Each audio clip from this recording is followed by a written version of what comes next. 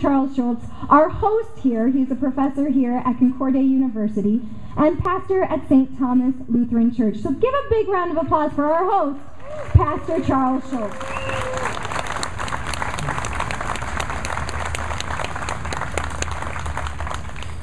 You know, I speak in the classroom a bit more frequently than I speak before rallies like this, so you may bear with me with a bit of details.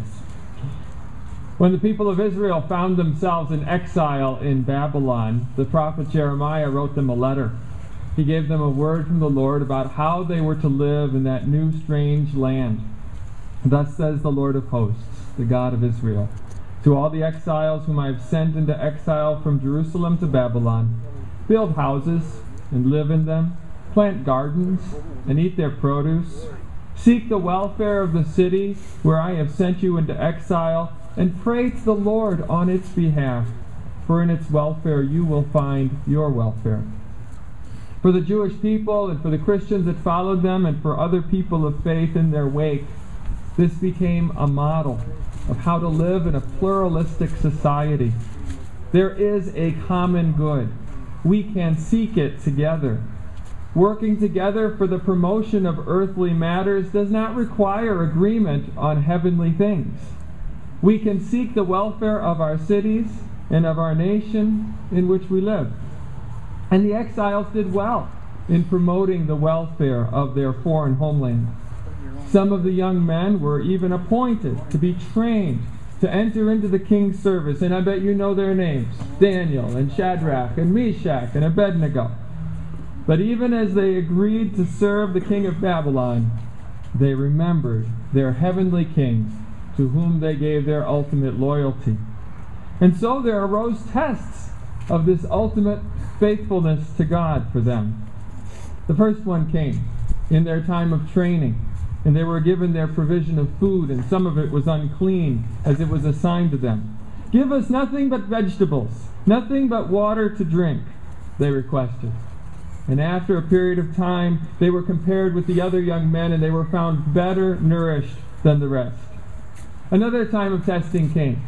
The king would have all the citizens bow down before his giant statue of gold, 90 feet tall.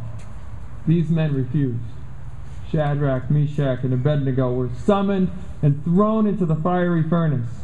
And before they went, they boldly declared before the king their final loyalty. If we are thrown into this blazing furnace, the God whom we serve is able to save us from it. He will rescue us from your hand, O king. But even if he does not, we want you to know, O king, that we will not serve your gods or worship the image of gold that you have set up. They were thrown in, and God was faithful to deliver them. He walked with them in the fire, and they came out unscathed.